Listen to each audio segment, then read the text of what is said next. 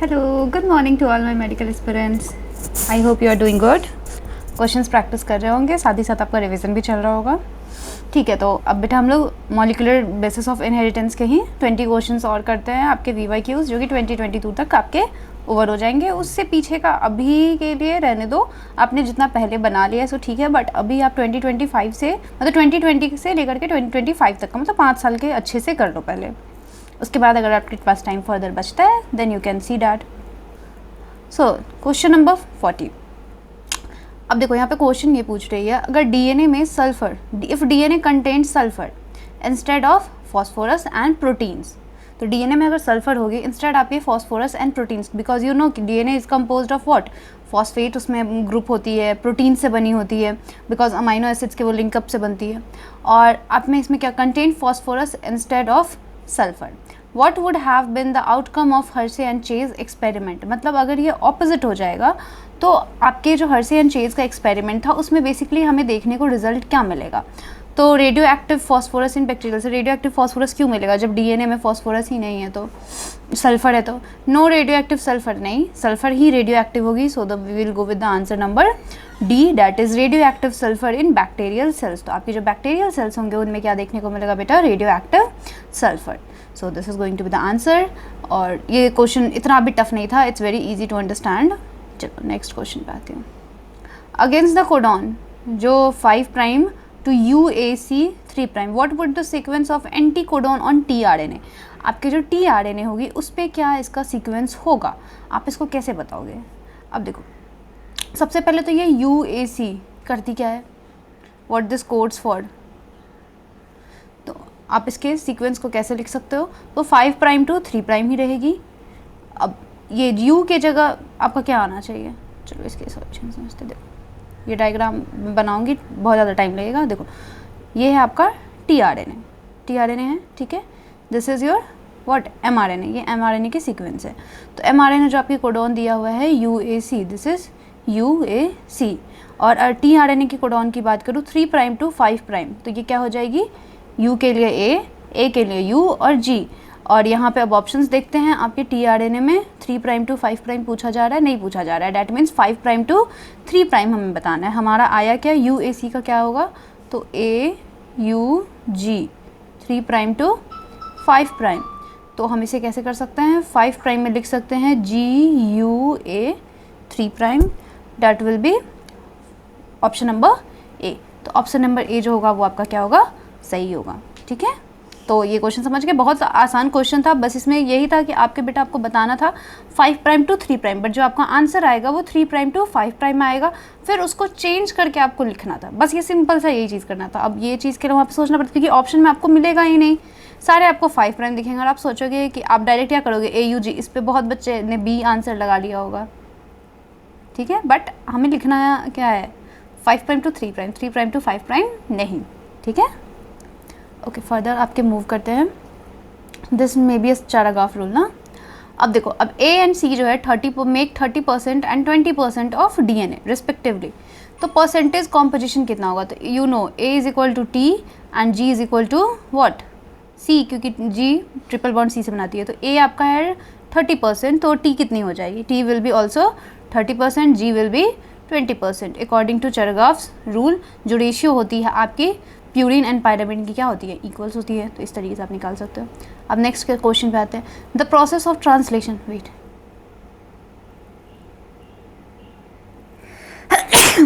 Sorry. अब जो translation का प्रोसेस होता है mRNA टू प्रोटीन्स, ये शुरू कैसे होता है, as soon as the small subunit of ribosome encounters mRNA. तुरंत ही शुरू हो जाता है जैसे ही आपका जो स्मॉल सब यूनिट होती है, ये वाली सब यूनिट होती है, इसके पास ये mRNA चेन आ जाती है. हाँ ये तो है, लार्जर सब यूनिट में तो नहीं इंटरेक्ट करती है, दोनों सब यूनिट से भी नहीं जुड़ती है. tRNA एक्टिवेट हो जाती है एंड हमारे लार्जर सब यूनिट जो राइजोम्स हो नहीं, ये भी नहीं करती. सो the answer will B A. Okay, now next question. DNA polymorphism forms the basis of. DNA जो पॉलीमॉर्फिज्म होती है ये कौन से बेसिस पे हमारी ये बनती है, तो ये genetic mapping and DNA fingerprinting पे ये बनती है. ठीक है, क्वेश्चन नंबर 45 में क्या हो जाएगा, तो कुछ यहाँ पे स्टेटमेंट्स पढ़ो और यहाँ पे सेलेक्ट करो कुछ करेक्ट सेट्स. जैसे यू क्रोमेटिन जो होते हैं ये लूजली पैक्ड क्रोमेटिन आपके होते हैं, हाँ होते हैं। आपके हेट्रोक्रोमेटिन क्या होते हैं, डेंसली पैक्ड होते हैं, है ना।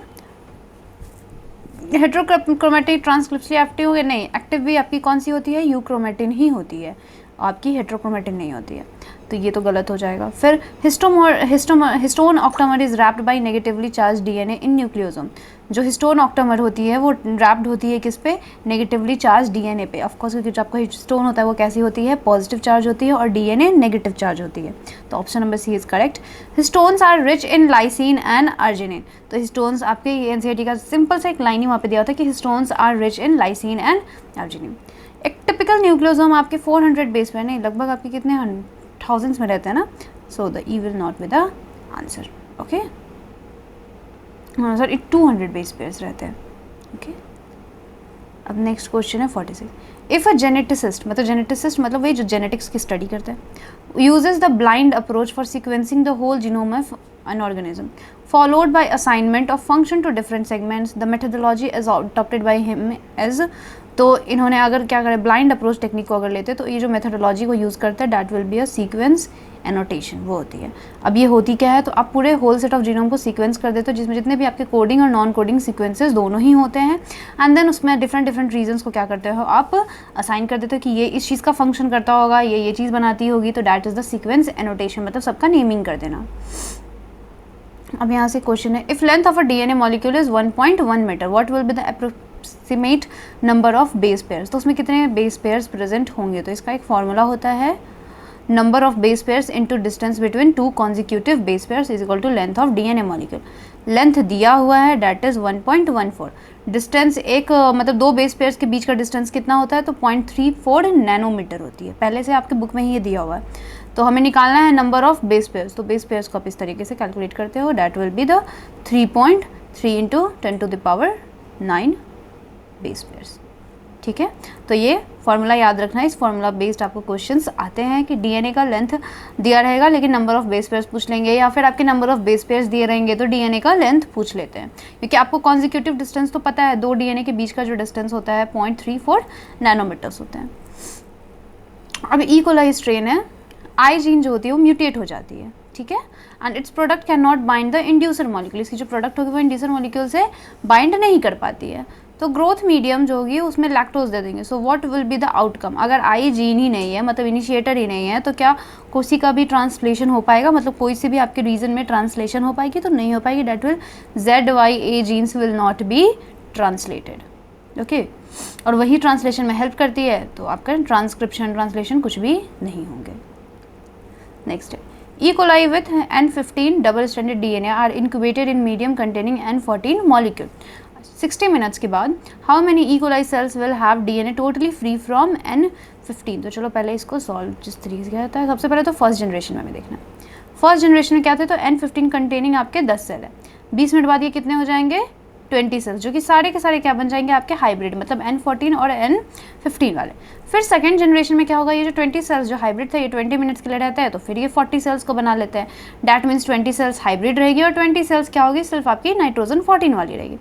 थर्ड जनरेशन में 40 सेल्स से आपके कितने बन जाएंगे, फिर 20 नाइट्रोजन N14 वाले, 20 हाइब्रिड बन जाएंगे, और 40 N14 कंटेनिंग सेल्स बन जाएंगे, ठीक है। और यहाँ से आप कह सकते हो कि आफ्टर 60 मिनट्स आपको देखने को क्या मिलेगा, तो 60 ई कोलाई सेल्स देखने को मिलेगा, जो कि टोटली फ्री होंगे आपके कहाँ से, N15 से। So you will go with the answer of C, 60 cells. अब next question, complete the flow chart on central dogma. बेटा ये तो आपको ही बता देना चाहिए, तो मैं बताऊँगी तो ये गलत है। अब बताओ, आपके ये DNA से DNA का बनना क्या बोलते हैं, रेप्लिकेशन बोलते हैं, है ना। DNA से mRNA का बनना क्या बोलते हैं, ट्रांसक्रिप्शन बोलते हैं। mRNA से आपके प्रोटीन का बनना क्या बोलते हैं, ट्रांसलेशन बोलते हैं। Option number C is correct. Next question, DNA strands on a gel stained with ethidium bromide when viewed under ultraviolet radiation appears as, तो फिर DNA strand दिखती कैसी है, तो ब्राइट ऑरेंज बैंड्स के फॉर्म में ये दिखती है जब इसको इथीडियम ब्रोमाइड से क्या करते हैं, स्टेनिंग करते हैं, एंड इसको हम अल्ट्रावायलेट रेडिएशन के ही हेल्प की वजह से इसे हम क्या कर सकते हैं, देख सकते हैं। अब यहाँ से कुछ करेक्ट ऑप्शन है, पहचानने हैं, बताइए। सो अच्छा एक ही बताना है, it's not more than one, मुझे लगा मोर देन वन होगी। तो in capping methyl guanosine triphosphate is added to the 3 end of HNRNA। तो जो कैपिंग होती है इसमें आपकी मिथाइल गुआनोसिन नहीं, that is 5 methyl guanosine triphosphate add हो जाती है 5 एंड ऑफ HNRNA। नेक्स्ट है RNA polymerase binds with rho factor to terminate the process of transcription in bacteria. ये तो सही है क्योंकि RNA फैक्टर ही क्या करती है, उससे ऐड करती है और उसे रोक देती है। The coding strand in transcription unit is copied to an mRNA। नहीं, द नॉन कोडिंग और template strand is copied to an mRNA। Split gene arrangement is characteristic of prokaryotes. तो स्प्लिट जीन तो नहीं, आपके ये अरेंजमेंट्स नहीं होते हैं, ठीक है। तो ये आपके किसका पार्ट होता है, यूकैरियोट्स की होती है। This will be the eukaryotes. Okay. Next है, what is the role of RNA polymerase third. RNA polymerase third का क्या रोल हो जाता है? अब बताओ, इस पे एक और दोबारा क्वेश्चन ये रिपीट हुई है, मतलब 2021 में आई है, इस पे 2024 से 23 में एक क्वेश्चन थी। इससे पहले भी हमने RNA polymerase थर्ड पे क्वेश्चन किया था, जहाँ पे आपको बेटा ये दिखाया था मैंने, आई शोड यू दिस। तो ये वाला क्वेश्चन आप कर लेना, ओके। इसको ना यार रट लो, एकदम दिमाग में ऐसे कॉपी पेस्ट कर लो, मान लो फिर से आ गया तो।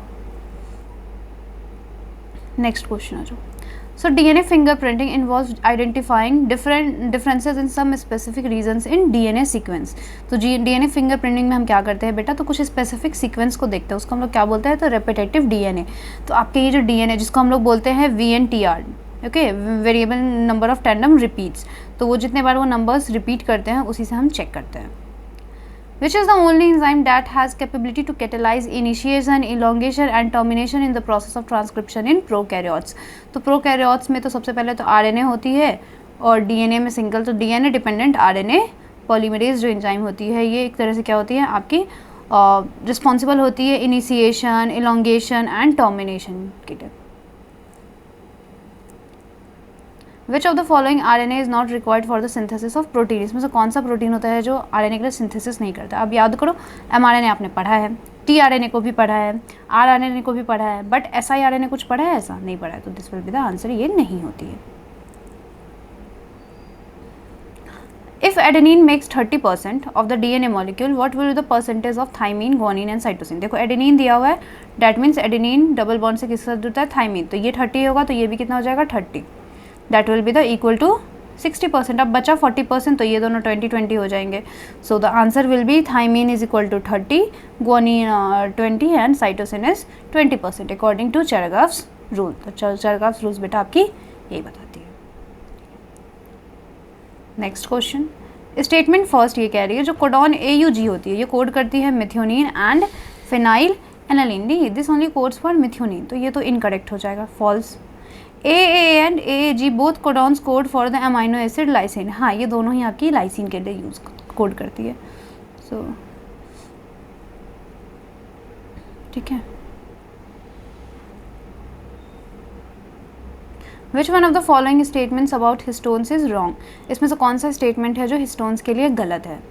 तो that is histones are organise to form 8 molecules, ये तो सही है। pH of histones is slightly acidic. नहीं, हिस्टोन्स जो होते हैं ये कैसे होते हैं, आपके बेसिक प्रोटीन्स होते हैं, तभी ये DNA के साथ क्या कर सकते हैं, आपके कॉइलिंग कर पाते हैं, तो ये गलत है। Histones are rich in lysine and arginine, सही है। Histones carry positive charge in the side chain, that's also correct. उनके साइड चेन में क्या होता है, पॉजिटिव चार्जेस होती है।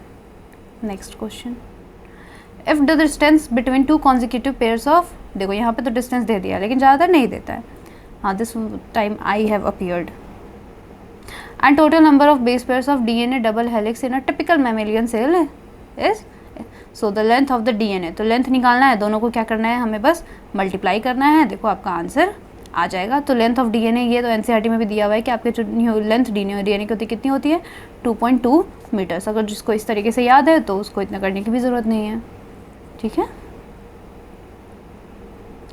Next, which of the following statement is correct, इसमें से कौन सा सही है? So adenine pairs with thymine through 1 H bond, नहीं। Adenine pair with thymine through 1 H bond, दोनों के सेम ऑप्शंस दिए हैं, गलत दिए हैं। Adenine doesn't pair with, that's also wrong. Adenine pairs with 2 H bonds, तो कितने, 2 हाइड्रोजन बॉन्ड बनते हैं एडेनिन और थाइमीन के बीच में। फर्स्ट फेज जो आपके ट्रांसलेशन की होती है उसे हम लोग क्या बोलते हैं, तो that is amino acylation of T RNA. तो ट्रांसलेशन में आपके एक्टिवेशन हो जाती है अमाइनो एसिड की एटीपी के प्रेजेंस में, और ये लिंक कर देते हैं आपके कॉग्नेट टी आरएनए को, और ये प्रोसेस जो होती है इसको बेसिकली हम लोग बोलते हैं बेटा चार्जिंग ऑफ टी आरएनए या फिर aminoacylation of T RNA. Next is which scientist experimentally prove that DNA is the sole genetic material in bacteriophage. कौन से साइंटिस्ट थे जिन्होंने बताया था कि जो डीएनए होती है वो सोल जेनेटिक मटेरियल होती है हमारे बैक्टीरियोफेज में। ये किसका एक्सपेरिमेंट था? तो हर्शे एंड चेज का एक्सपेरिमेंट था, है ना। He told that DNA is the genetic material. From the following identify the correct combination of salient features of genetic code. तो यहाँ से आपको कुछ जेनेटिक कोड्स के फीचर्स बताने हैं। तो जेनेटिक कोड कैसी होती है? यूनिवर्सल होती है, नॉन एम्बिगियस होती है, या फिर ओवरलैपिंग होती है। Okay, now we shouldn't have to do this. Okay, 2020 तक हमने कर लिया है ना। काम करते हैं इस चैप्टर को बेटा यही रखते हैं। अब नेक्स्ट लेक्चर में हम लोग इवोल्यूशन को करते हैं। इस यूनिट को कंप्लीट करने के बाद I was thinking we should go for biotechnology. Biotechnology के बाद फिर प्लांट फिजियो करते हैं। ठीक है, bye bye, take care. Questions और अच्छे से प्रैक्टिस करो, रेगुलर चैप्टर वाइज कर लो। Bio I think you will do it, कर लोगे। ठीक है, बाय बाय, टेक केयर।